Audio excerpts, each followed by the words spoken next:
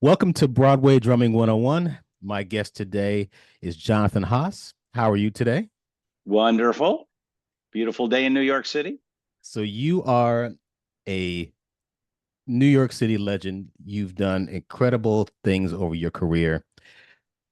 We're going to get into some of those things, but I usually like to ask people, what is your first musical memory?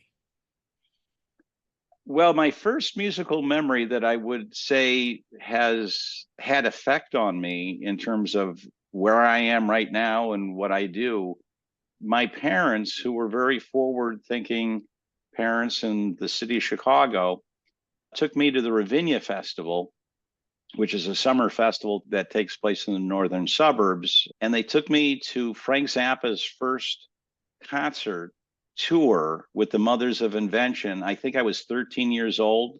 I may have the math a little bit off, but I remember sitting in the Ravinia Pavilion, and Ainsley Dunbar was running around in the audience. The band was dressed in clothes that I wasn't aware of that even would qualify as clothing, somewhat like costumes. And I experienced Frank Zappa at a young age. And I said to myself, not my parents, I want to do this for the rest of my life. Everybody was just having so much fun, but more importantly, the music that they were playing was transformational. It was inspiring. And that moment was a decision that I made for myself. I That's want to amazing. drum. Your parents took you to a Frank Zappa concert. Were they really forward thinking in that way? Their desire in parenting was to give my sister and I as much exposure to as many different things in life. Neither of them were musicians, but the idea that music and the arts were important and remain so was something that they shared with me early on and has always stayed with me as an artist and also as a parent. They also took me to the ballet, which I did not like. The Joffrey Ballet would come and it wasn't necessarily my thing. I also would go to the Chicago Symphony with my grandfather, and that's where I learned that chewing gum was a great way to keep yourself from falling asleep. Although my grandfather Simon always, didn't matter if it was a Mahler symphony or a Beethoven symphony, always took a little nap in the slow movement of the piece. So I'd look over at my grandfather and I'd close my eyes too. And we're both chomping on Wrigley's spearmint gum while taking a nap while the Chicago Symphony is holding forth in some of the greatest repertoire ever written. That's great. My son sometimes starts tapping his fingers on the table or whatever, and I start to join in, and my girlfriend's like, "Could you guys please stop? It's making Oh, so yeah. much noise." I understand that your sister did that to you. Yeah, but mine was much more severe because at a very early age, my sister Jody told my parents that she was going to be taking me out of the family if I didn't stop at the dinner table playing on the pots and pans. And my parents took her quite seriously, bought me my first practice pad and put me in the basement. That turned into a Slingerland drum set. And at the time, it was blue agate. That was the color. Amazing. That I bought at Frank's Drum Shop on Wabash Avenue in Chicago. But Still it was have that I still have it. Of course, we all have to have our first drum set that's with a smoothie hi hat. smoothie hi hat. What's that? Oh, the smoothie. That was Slingerland's nod to innovation in hi hats. And it was called the smoothie, and it's on the pedal itself. If you ever see one or have one, it's a collector's item.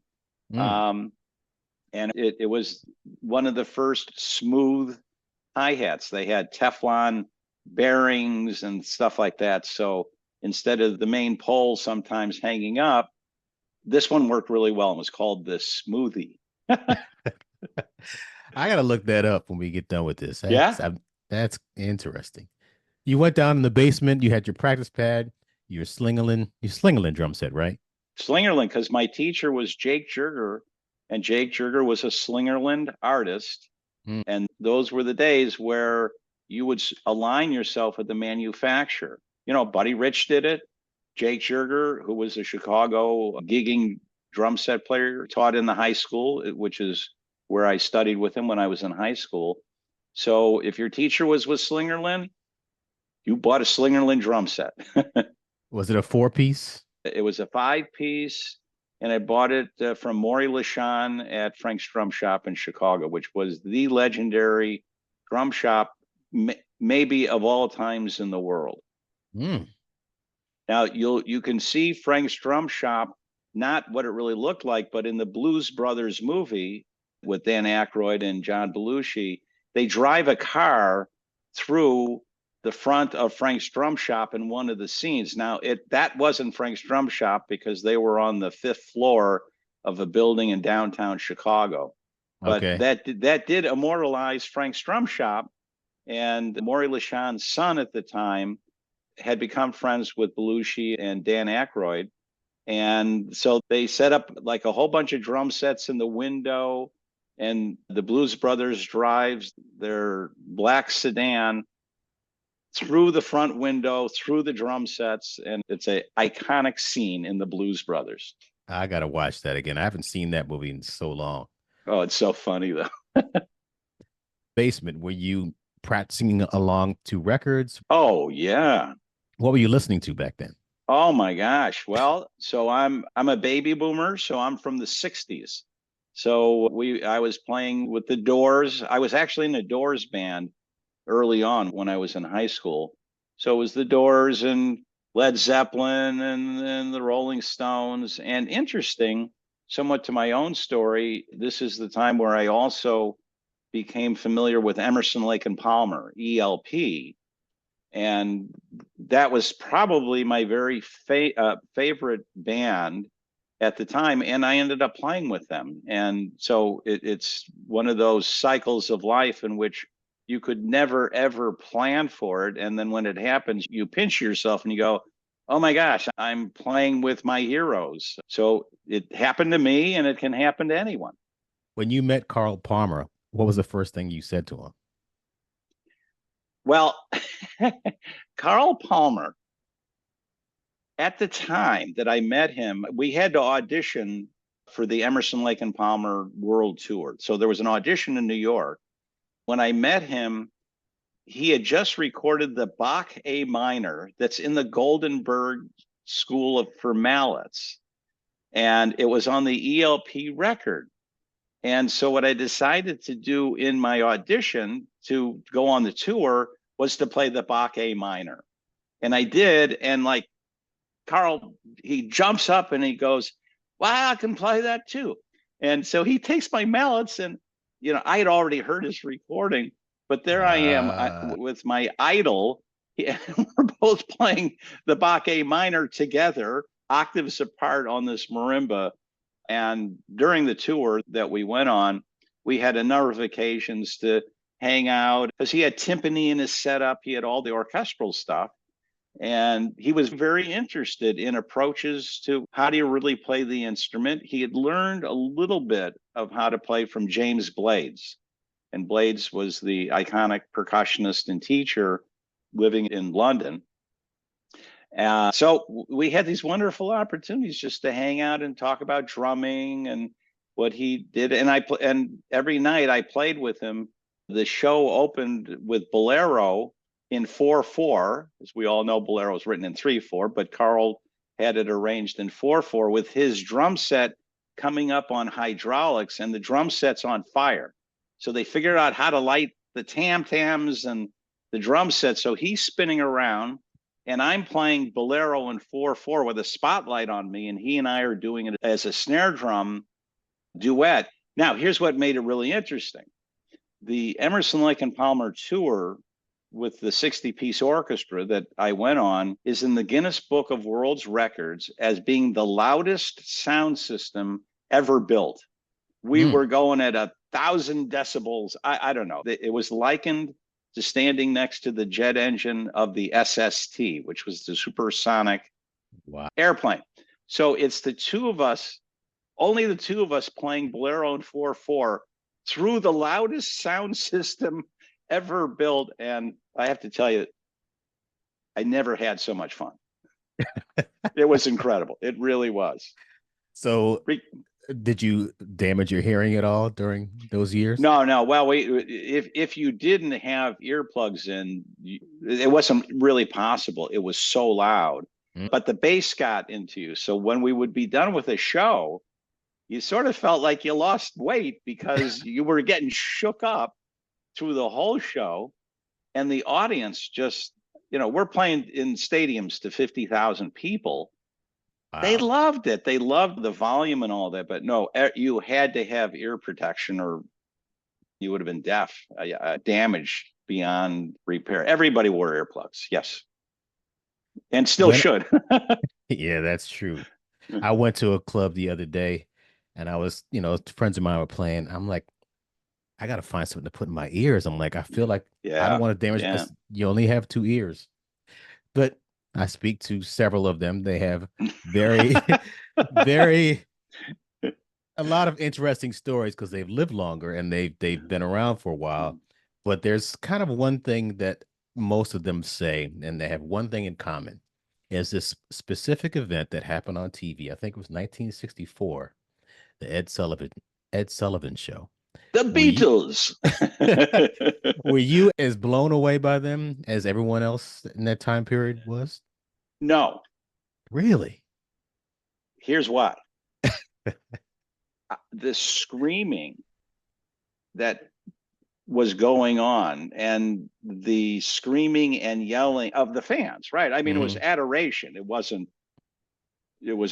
not meant to be disruptive, but you had the baby boomers, and it was especially the girls who were somehow so infatuated with this.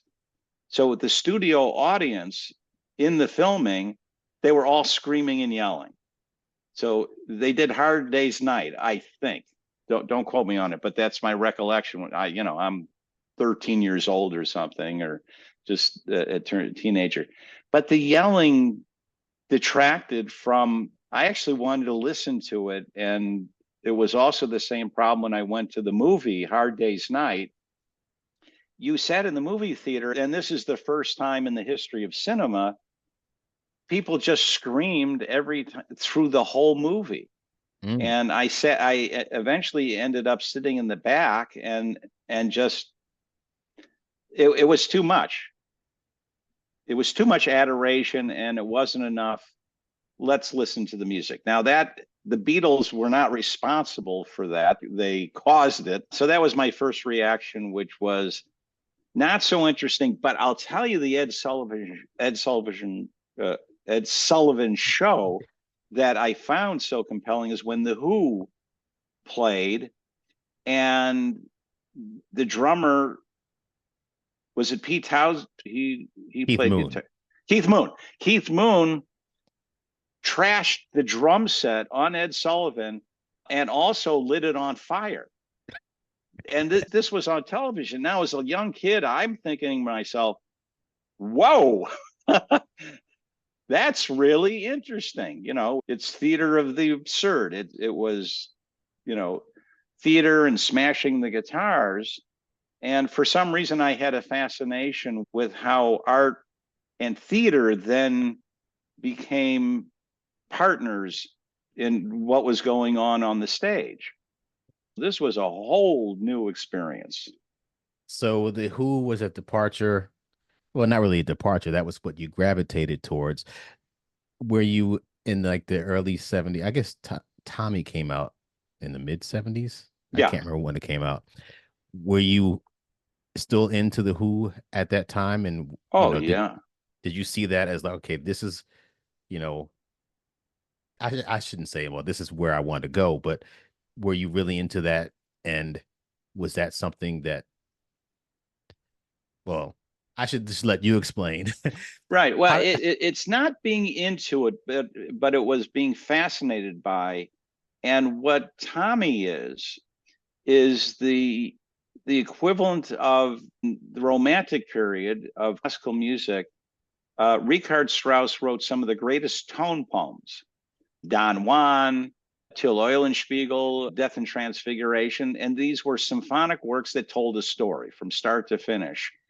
Tommy which of course was called a rock opera, had many of the same aspects of it. It was a story being told. So the Who went from somewhat of the shock and the theater just as a vehicle to capture the attention of the listener to full on storytelling, which is what Tommy represented. And it was one of the first in terms of this sensibility of, even within rock music, a story is told. So I've always stuck with the Who. I remain a fan. I listen to mostly 60s radio and XM, and all the memory juices are flowing. You remember who your first girlfriend was, and oh, I was at a shock hop when the Doors had Light My Fire became this breakout hit, and all that great stuff. It's what music does. It also triggers our memories and our recollections. I love that part of music and what it does for us and with us. I said before we started recording that I like to ask my colleagues a lot of questions and intriguing questions. And I started thinking about music schools and how there's the conservatories, there's other music schools, and there's classical and jazz. When you go to certain colleges, you tend to focus on one thing. It's like, I'm going to study jazz, and it's all about jazz, and from Louis Armstrong and ends at Miles Davis. Nothing after that, nothing before. And you can't listen to anything else. Now you yourself have a long career playing classical music and all kinds of things. Do your colleagues look at you and say, why are you listening to the Doors? Why are you listening to that stuff? Do you have that kind of backlash from time to time? No, no, Okay. no. I say no because our makeup as a musician, I think that the more experiences that we have throughout our musical lives are what makes us the musicians that we are. And I've also and continued to investigate my interest in rock and roll, jazz, and right now with hip hop. I spent all of COVID in one of the deepest dives I've ever taken into hip hop, and came out the other side. That's all I wanted to do was I wanted to be a hip hop timpanist. I wanted to, because I heard timpani parts would work so well in so many hip hop pieces. I'd listen to Pooh Shiesty and I go like, I could put a timpani line in there. And so when I came out the other side, I contacted my good friend and colleague Lenny White, who not only is the most iconic drum set player in the history of music, but he's also an amazing composer. And he and I met at NYU, both professors there, and began a discussion, finding out that he has written a lot of symphonic works. He actually has an opera that he's been thinking about doing. So when we found that common ground, I went to Lenny and I said, Lenny, I want to play hip hop timpani. Can you write me a piece? And he goes, yeah, easy. So he and I have been collaborating on a hip hop project that has sort of gotten a life of its own, to the extent of I felt that when the piece was done, it's called Algorithm Takedown, that we needed a visual to go with it. And I contacted a friend who I hadn't seen in 20 years, who's an animator, Alex Spadowski. So he made an animation. We put it all together, Lenny's music and the recording session, and our rapper, Walter, who lives in Indiana, and came up with the lyrics and did the rap. And we sent it out to film festivals because it had the animation.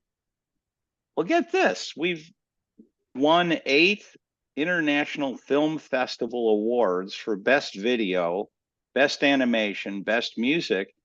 And we have now been accepted by the Academy to apply for the long list for the Academy Award. Really? Yeah, we're like, all I wanted to do was play hip hop timpani. The next thing I know, we're in film festivals, but that's the musical life. You can't predict necessarily what the outcome is going to be. And more often than not, through serendipity, things happen and you never even planned them. Mm. So I find that my own interests have always led me to many different art forms, just not classical, although that's basically what I do. I've tried to expand it. I've tried to push on the ceiling, so to speak, of where can our instruments go? And it's Mm. limitless. It's just going to keep going in different directions. I did hear that track, by the way, and I'm born in the 60s and grew up with the beginnings of hip hop. And that track is really good. I gotta say, it's really good. I was like, whoa, I think there needs to be more timpani in hip hop. Well, Lenny is a genius. I mean, his compositional chops are unreal, and of course, as a drum set player, there's none Hmm. better. I got the right composer to write the right piece. So if you grew up in the 60s playing drum set, listening to The Who and ELP and Frank Zappa, what brought you to playing percussion and getting into classical music? Well, I was very fortunate. I grew up in the northern suburbs of Chicago. I was born on the south side. When I was 3 years old, we moved north. I went to a high school called New Trier, and they had an orchestral program at this high school. It's unbelievable. My sister was the principal cello, by the way, the same sister who sent me to the basement, or I was going to be uh, made to leave the family unit. And so I played in an orchestra throughout my high school days, and that's where I was exposed to Sibelius and Beethoven and Mahler. And for a high school orchestra, we were doing really, really advanced music. I really liked it. I enjoyed it very much, and sort of that's how it put me on that path. And you went to college to study music. No, absolutely not.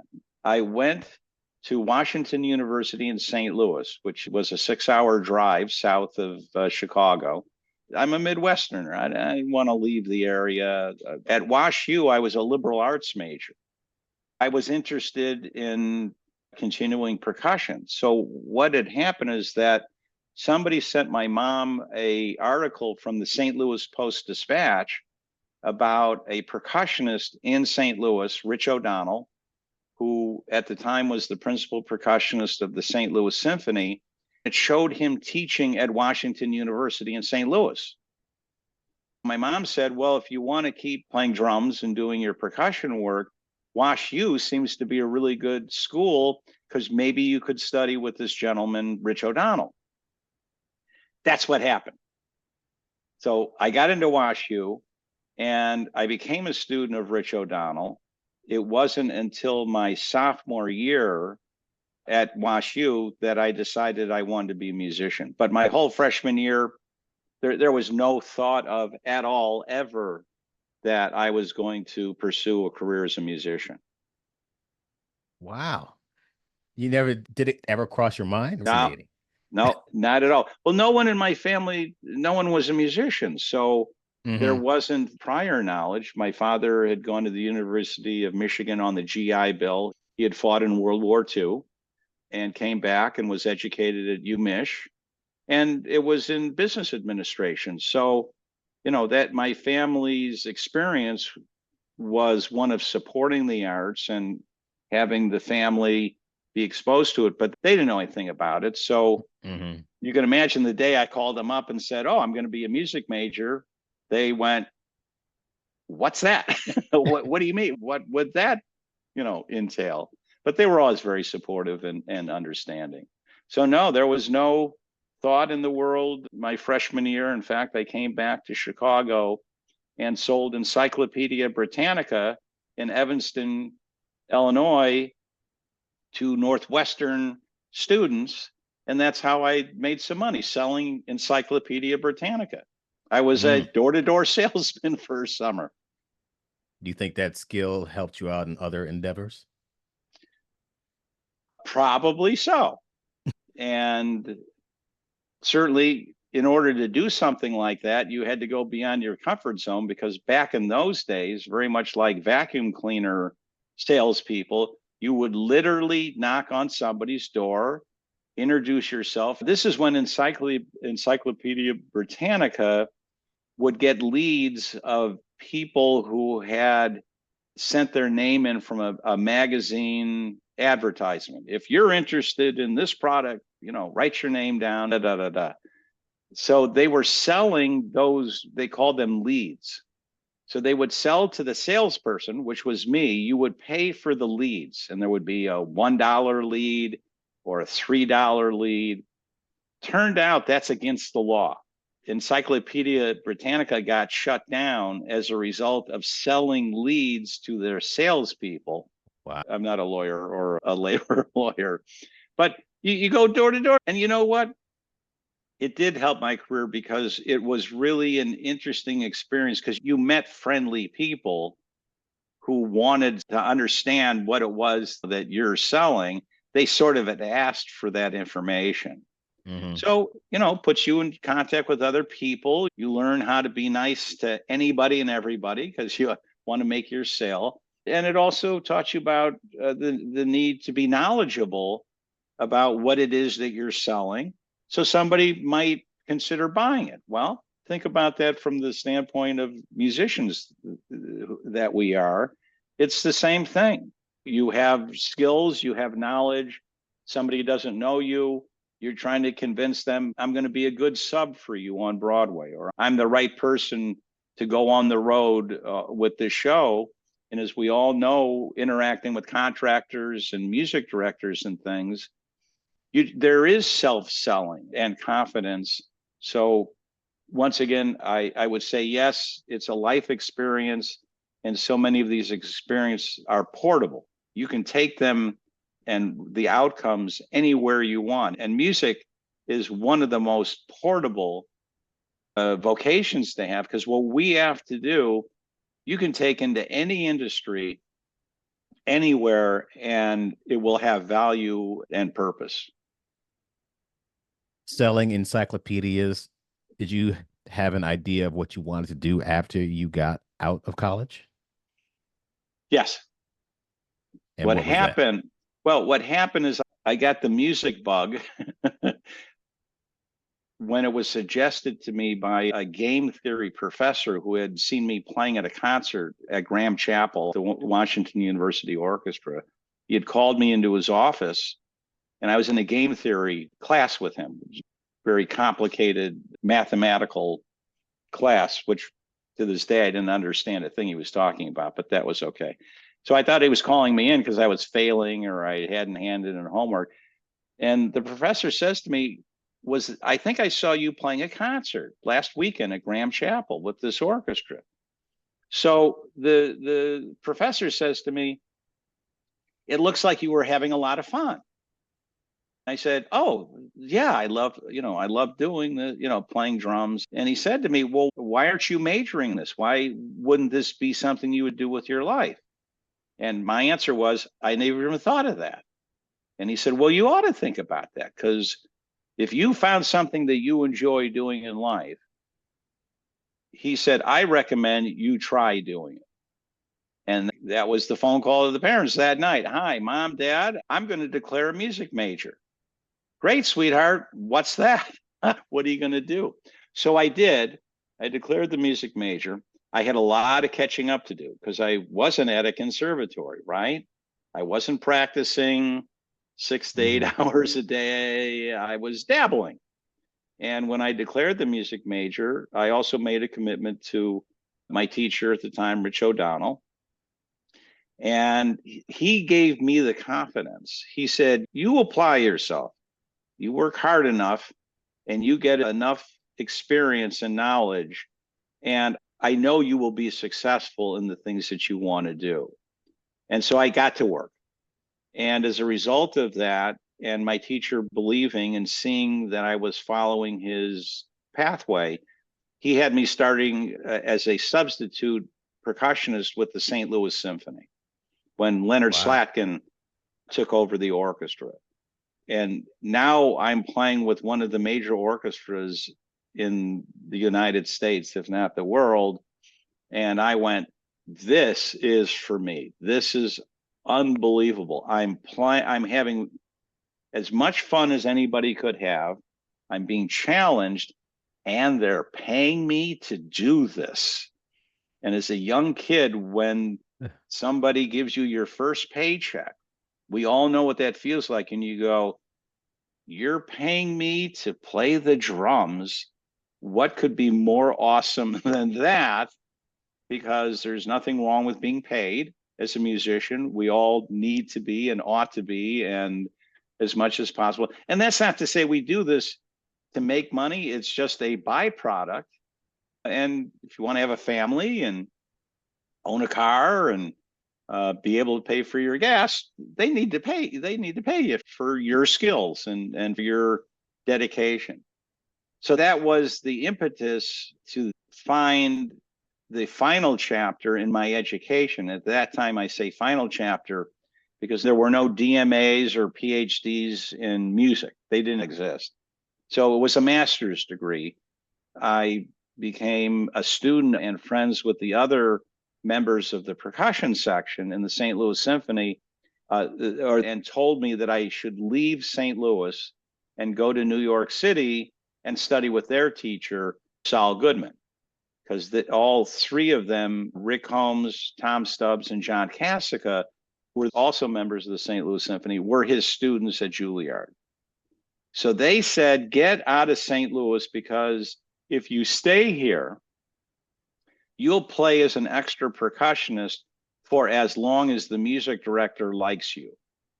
And the moment there's either a new music director or the one who's present, and they say, I don't like that percussionist anymore, for whatever reason, they said, you're out, because you're here because we've brought you in, but we don't have the power and authority to keep you employed and engaged by the St. Louis Symphony. That's at the will and the whim of the music director. Now, people listening to your podcast, knowing that this is about Broadway, will say, that's like being a sub on a Broadway show. Now, if it's your book, and they can't do much about that unless you're not fulfilling the obligation, but we all do. But as a substitute on Broadway, you're only there at the whim or the will of the music director or the. So the situation in St. Louis for me was very much like the one that still exists on Broadway. I chose to take their wise words. I auditioned for Mr. Goodman at Juilliard, and I got accepted. Bye-bye, Midwest. Now it's time to go east. And I did. You went to Juilliard. Yes, I did. And your move to New York. I remember Stevie Wonder song that had a little section in it where a guy was saying, New York City, skyscrapers and everything. Were you in awe of New York in the early mid-70s, I guess? Absolutely not. I did not want to come to New York City. Mm. In 1976, the bicentennial, New York, especially 42nd Street, for those who remember it, it was a war zone. Mm. It was one of the most dangerous places you could possibly go. New York was really filthy dirty. And so I arrived at the time in which the gentrification and the change of the Broadway area, mostly as a result of Disney's influence on that particular street and others. But when I got to New York, it was a pretty crazy place. The subways, it was crazy. Now, I was deathly afraid of coming to New York. So it wasn't like I was making some value judgment. I just, I was from a little town called Chicago, and next to Chicago, New York is a behemoth. That quickly dissipated. But my first week or two was, well, for the lack of a better description, was frightening because I didn't understand it. That was the only reason. Nothing happened to me. In fact, everything great happened to me. I was meeting New Yorkers, and I was eating cold noodles and sesame sauce. But you got to understand, for a Chicago kid, pasta has got to be hot and it's got to have meatballs on it. So the idea that you're eating food from a different country, that was very foreign to me. And I give the credit of my non-worldliness to growing up in the northern suburbs, not as a detriment, but just as that's where I grew up. And we did not have cold noodles and sesame sauce, which to this day is my favorite dish in all of the universe. But when I first had it, I went, there must be something wrong with my order because the spaghetti's cold. That's called naivete. So when you eat that, you go right back to Times Square in 1976 with Mayor Abe Beame and the seediness of it. You know, Oh my. I ask people sometimes, do they like the New York of the 70s and 80s where the rents were cheaper, there was more creativity, you could survive easier as a musician, or the New York City of today where the rents aren't cheap, it's harder to survive as a musician, and there's less creativity, but it's a little bit more safer. Do you like the New York today or the New York of 1976? Wow, that's a really good question. My first response to you was your really accurate characterization of what the scene was musically for me, because there weren't as many people wanting to do. By the way, Broadway at the time was the cemetery shift. That was the lowest common denominator. That was, you really are a loser. And there were great musicians on Broadway. So this is not a disparagement of the musicians. It was the sensibility, because if you were going to sub on chorus line back in those days, you would never come watch the book. You would just show up and do the best job you could.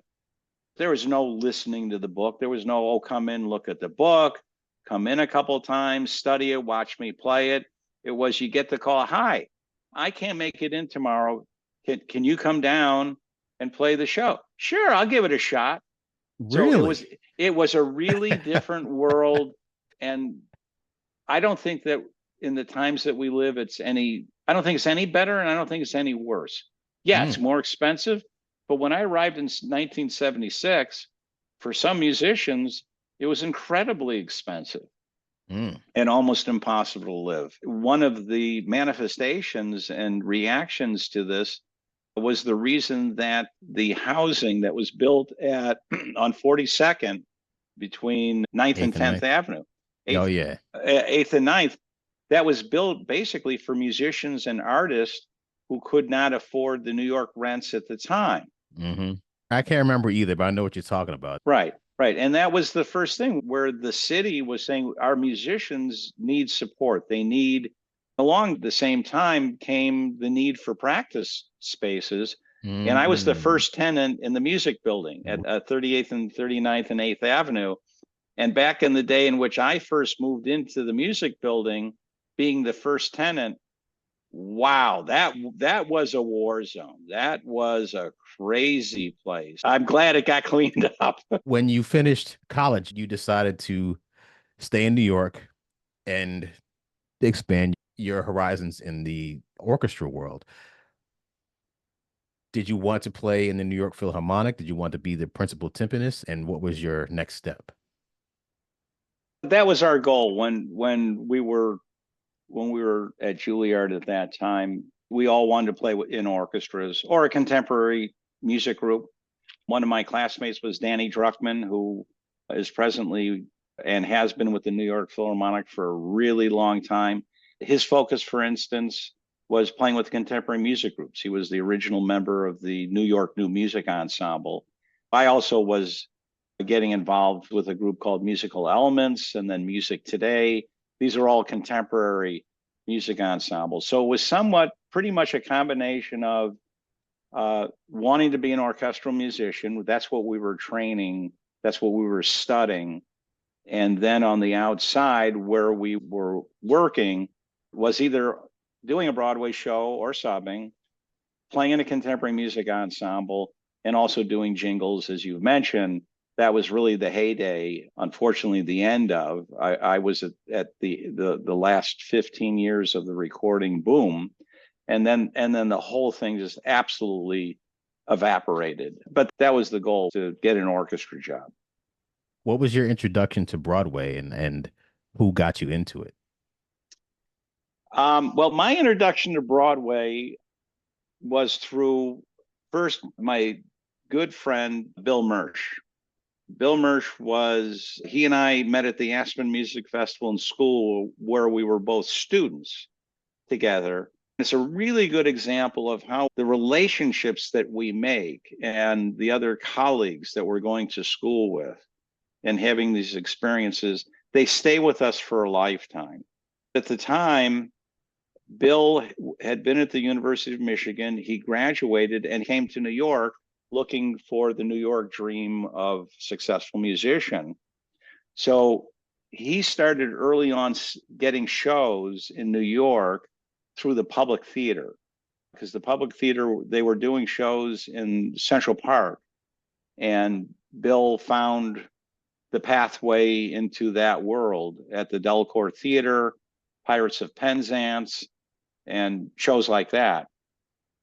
And since we were really good friends, I was bringing him, because I'm going to Juilliard, and he still wanted to be in the percussion world, chamber music.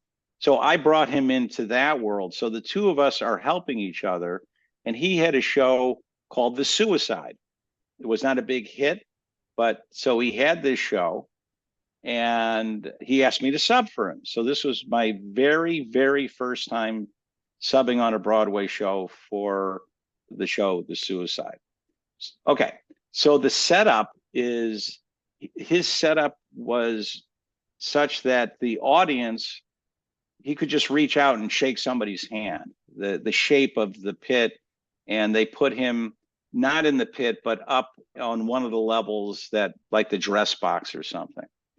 And so I'm subbing for him first show, and you hear, okay, 60 seconds, curtain up, and I'm nervously waiting for the curtain to go up. And unfortunately, in my storytelling, I want to make sure I use the word unfortunately. The gentleman in the audience who was like right in front of my setup, he has a heart attack and he dies. Oh no, really? So I'm playing the show, The Suicide. It's my first substitution. And now there is a person who has unfortunately died right in front of me. Oh no. And the paramedics come in and they, so it, somewhat of a sad story, but I have to tell you, it was very jarring and upsetting, but you know, had to concentrate. Show went well. So that was my introduction to Broadway. And I'll tell one more story because this one's really good. And it's one of the reasons why I actually did not pursue wholeheartedly a Broadway career. And this story will probably reveal that. But Bill Rule, one of the iconic Broadway percussionists, and who I remain very good friends with, was playing Pirates of Penzance with Bill Mersch. And this was at a theater. This was the Linda Ronstadt version. So this was the first time a rock and roll star, Linda Ronstadt, took on a Broadway role. And the setup was that on each side of the stage, seen by the audience, was the timpani book and the mallet book. It was marimba and boobams that Bill was playing. And it was one of the most infamous books on Broadway because Bill was a virtuoso marimbist, still is. And the book required a marimba soloist to play. It was so complex. And Bill's part was the timpani book, which was of interest to me. So I told Bill, I'll sub your book. And this now is a point in which we're studying the books. We're not recording. We don't know to do that yet. We don't have devices. The Walkman had just been invented. So there weren't ways to really record. You couldn't bring in a wall and sack recorder with your microphones. Be that as it may. So I'm first show, first act. Now there's a bit in the Pirates of Penzance where there was this huge bass drum that's played by the timpanist once or twice in the whole show. And on top of that bass drum, there was a cymbal. And there's a bit where one of the pirates during one of the scenes, comes over with a theatrical sword, and because there's a pirate scene and they're all fighting, and he hits the cymbal on top of the bass drum, and it's a great bit, gets a big laugh, and the audience loves it. This takes place in the first act, Pirates of Penzance. Oh, and by the way, this was at the Uris Theater. So for those theater geeks, it was at the Uris, which got renamed something else. It's where Miss Saigon went into. But this is the Uris Theater. So I'm playing my book, minding my own business. The pirate comes over and he does the bit. He misses the cymbal and hits me on top of my head with his sword and he splits my head open while I'm subbing on the timpani book, which, by the way, thanks to Bill Rule, if he's listening, that was a tough book. I mean, that had one of the first books where there's a lot of pedaling and all that. So now I am bleeding from the head, and I look at my hand covered in blood, and I say to myself, okay, I have a decision here I got to make. What am I going to do? So I decided you had to climb down a ladder to get to the timpani book in the Uris Theater. I stopped. I climbed down the ladder, and the house contractor was a gentleman. His name was Marty Grupp. Marty is running towards me now, saying, "What the heck are you doing?" And I show him my hand, which is now, and by the way, the wound was no big deal. All right. So in the storytelling, but you get hit in the head and you got blood on your hand, you go like, am I okay? So I show him I go, I just got hit on the head with a sword. And he's going like, oh my God, I don't know how that could have happened. And are you okay? And I said, well, I'm going to stop the bleeding, and I'll go back and I'll play the show, I'll keep going. And I said to him, however, somebody needs to tell that actor, if they come near that drum again, I'm going to go home. And I didn't say it like I was angry, but I said, I'm going to go home because I don't want my head to get split open again. All right. So the first half, I go back, the first half goes very, very well. Everything's fine. And now it's intermission. I climb down the ladder, and now I see 6 people walking towards me underneath the stage. It turns out it's the company lawyer. It's the head stage manager, Marty Grupp, a union official from Local 802, and a paramedic. Wow. And I'm like, oh, what's going on here? And the lawyer, first thing is, are you okay? And we're very sorry. And is there going to be a problem for us? I actually didn't have the wherewithal to figure out. They were coming down because they were worried that I was going to sue them. And I'm like, no, I'm okay. And the bleeding stopped. And the paramedic looks at the top of my head and says it was a flesh wound. And so everything was hunky-dory. But I did say to myself at that moment, I'm not sure this Broadway stuff is the right pathway for myself. And although I did play on Broadway for many, many years after that, only as a substitute player, I did keep that in the back of my mind. This could be a really dangerous thing to do with one's career. And that's the reason. Sorry for the long story, but I thought your listeners would enjoy something like that. And everything I just said was absolutely true. That is crazy. And yeah, it's man. Right. But and yeah, I almost had my own. Yeah, exactly. I know you almost got killed, man. Dangerous job. So subbing, it is very stressful, and you've done a lot of subbing.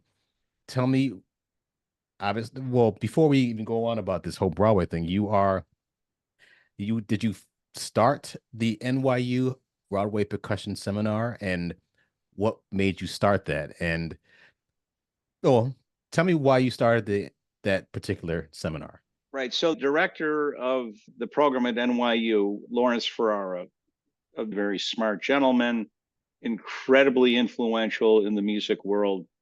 He says to the faculty, when I came onto the faculty, I would like everybody to consider a summer seminar that would be appropriate for high school students to come and see what we do at visit the school, and then get some really good information. I thought long and hard about what sort of seminar would be different from what was already on offer. What was on offer in New York is you could come and study symphonic music as a high school student. You would go to Juilliard. They have a wonderful summer program that still exists. MSM, Manhattan School of Music, they may have had something going on. So I looked at the area and I saw that nobody was doing anything about the Broadway experience. And all my buddies had Broadway shows. Everybody had a show at the time. And that's where I got the thought, you know what we're not studying, we're not celebrating, is the art form of playing a Broadway show and the music that goes along with that. So that became the NYU Percussion Seminar. And we did it the first year, and it was a smash hit. Kids came from all over the world, literally. And we ran it for 15 years. Unfortunately, it's been paused right now due to some logistical issues at the school, but we're still working on reoffering it and bringing it back, hopefully. Over the 15-year span, we were able to impart to over 400 high school students, young folks who are our future. And some pros came too, by the way, and college age students. So it wasn't just high school, but it truly had a deep effect on many young people's lives and interest in becoming a musician.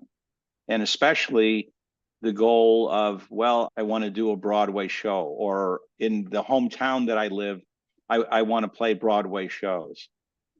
Part of the journey was early on, I had invited John Miller, the iconic Broadway contractor, to be a part of this seminar.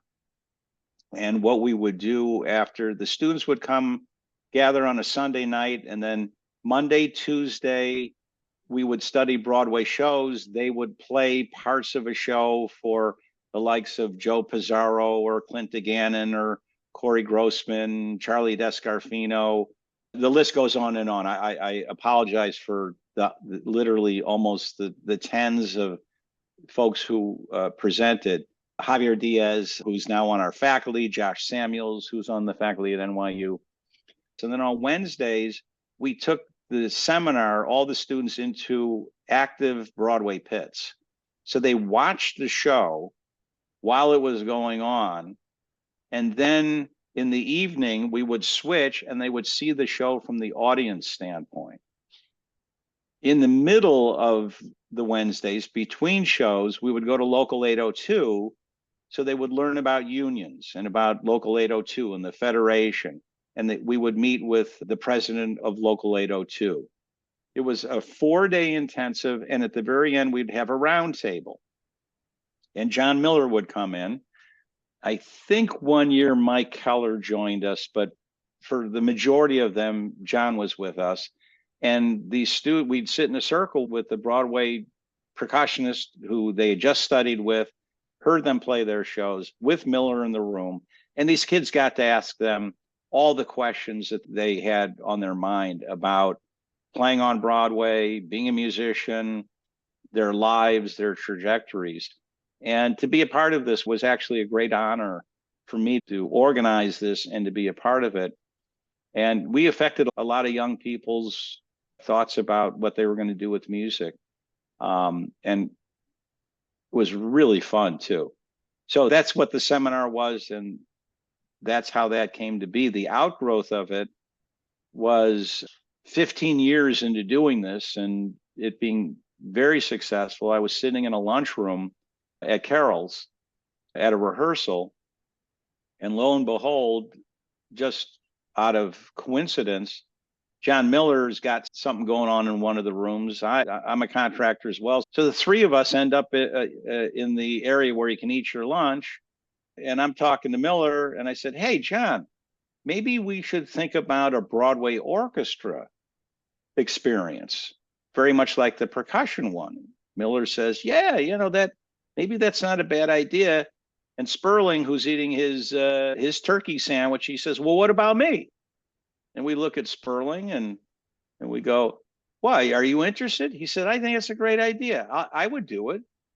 And that's how the NYU Broadway Orchestra program came to be, eating turkey sandwiches and tuna fish in the lunchroom at Carroll's, just having a sort of, spitball session, thinking about, hey, what would happen if we did this and that?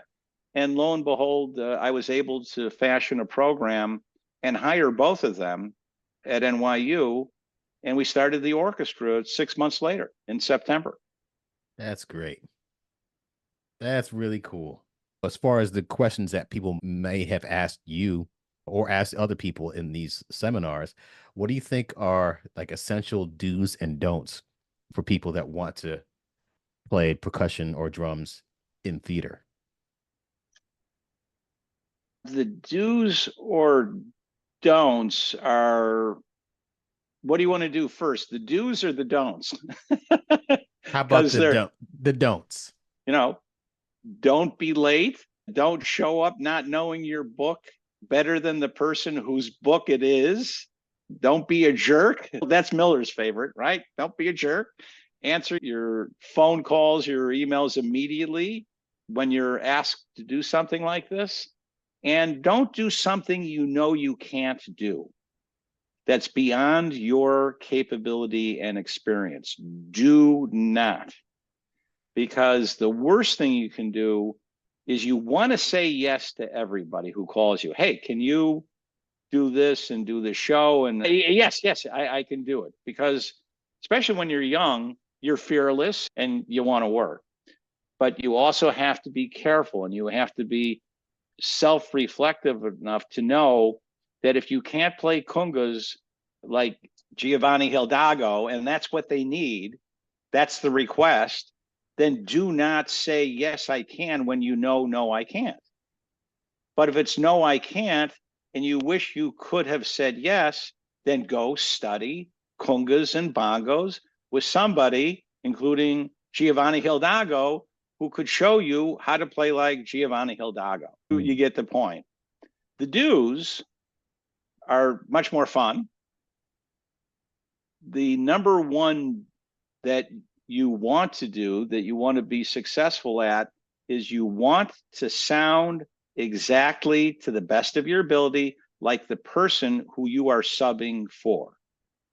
You want to be, if you're playing a show that Clint Gannon is playing, you want to sound as though Clint Gannon is playing that show.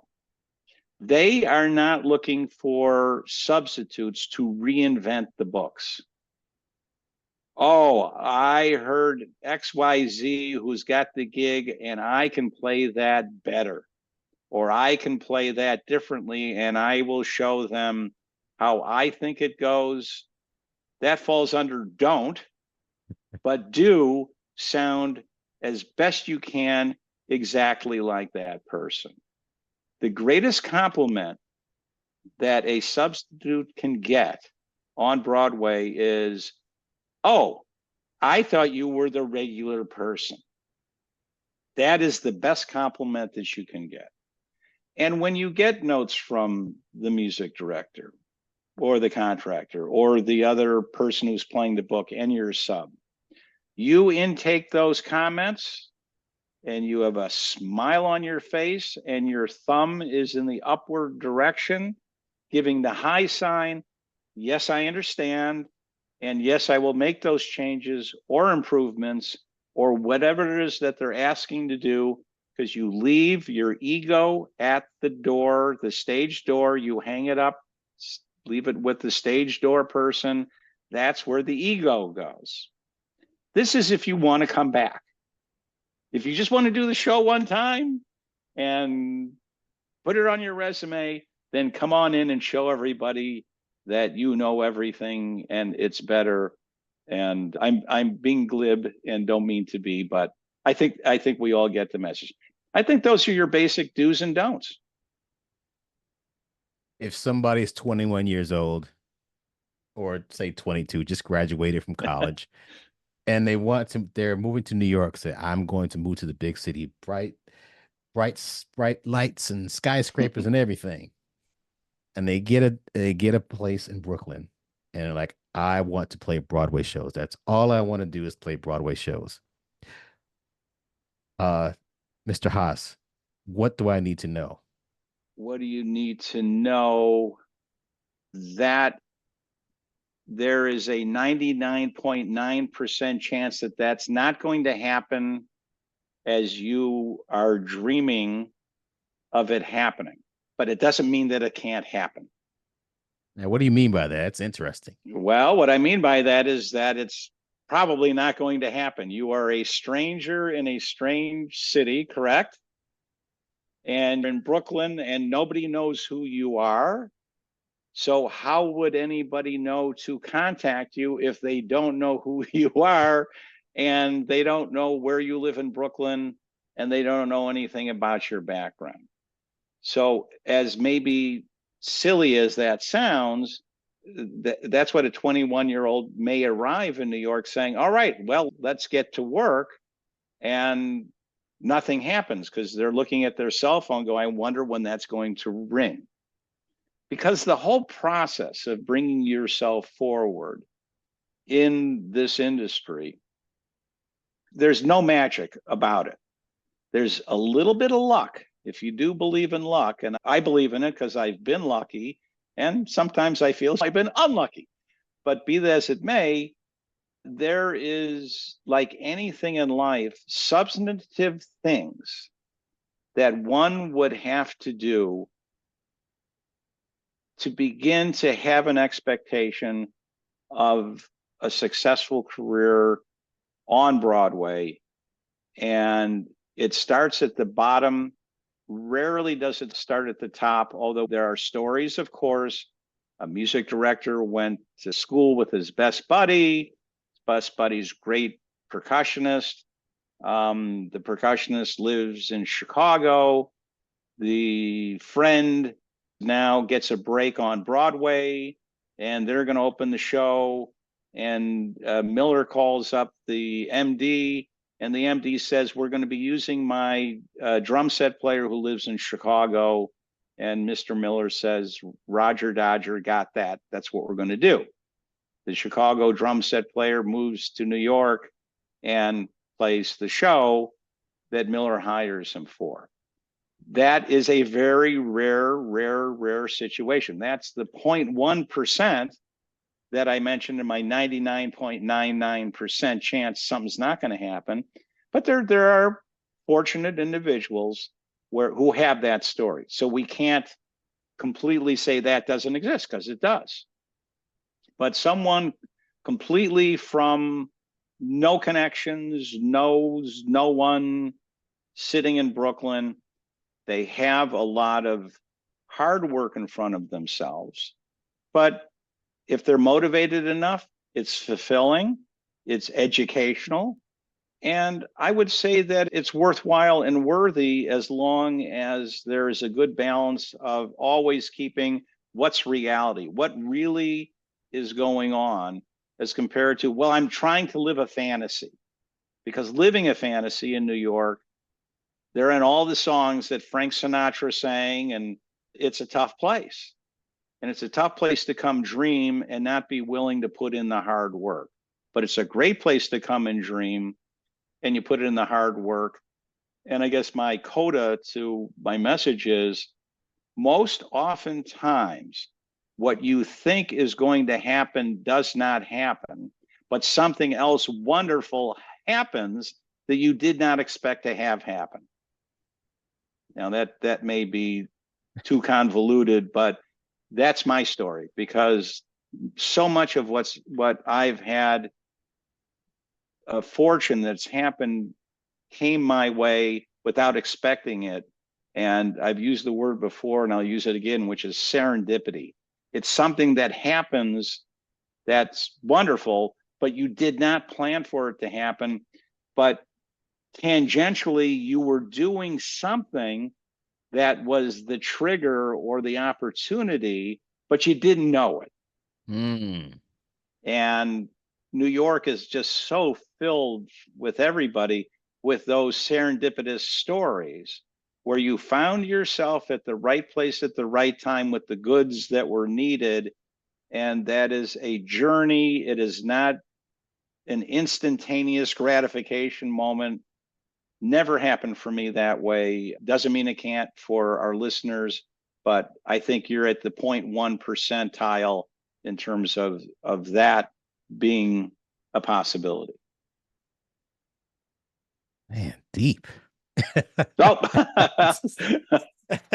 Yeah. It actually has so much to do with being a great person, right? Nobody would have invited you if you just weren't a great guy and great to hang out with. The playing part of it, believe it or not, is a given. Because if you can't do the job, you'll get found out instantaneously. In fact, you can somehow talk your way or finagle your way onto a Broadway show.